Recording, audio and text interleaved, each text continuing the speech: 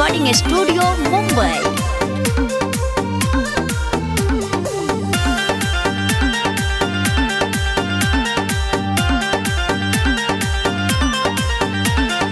जिला जवार में बवाल कैले बा, जिला जवार में बवाल कैले बा।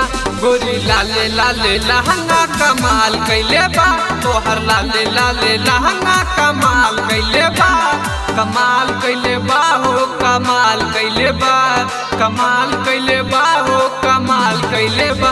तोहर लाले लाले लहंगा कमाल कैले बा, गोरी लाले लाले लहंगा कमाल कैले बा।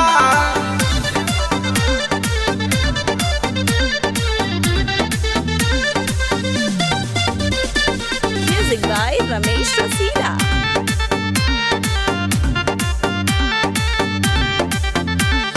सत्रह के जवानी तोहर चढ़ल बरानी, लइकन के मुँह से चुआ काटे पानी, लइकन के मुँह से चुआ काटे पानी। सत्रह के जवानी तोहर चढ़ल बरानी, लइकन के मुँह से चुआ काटे पानी, चुआ काटे पानी। होठ के लालाई जैसे पान खैले बा, होठ के लालाई जैसे पान खैले बा। गोरी लाले लाले लहंगा कमाल कैले बा, तोहर लाले लाले लहंगा कमाल कैले बा।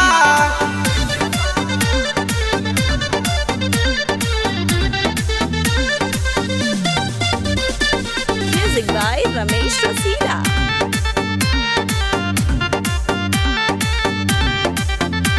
रसगुल्ला नियन लागता रे गाल लाले लाल हो, धीरज संजय के लेबू का परान हो, धीरज संजय के लेबू का परान हो। रसगुल्ला जैसा लागता रे गाल लाले लाल हो, धीरज संजय के लेबू का परान हो, लेबू का परान हो। संतोष के मान गड़बड़ैले बा, शिव दिन के मान गड़बड़ैले बा। गोरी लाले लाले लहंगा कमाल कैले बा, तोहर लाले लाले लहंगा कमाल कैले बा।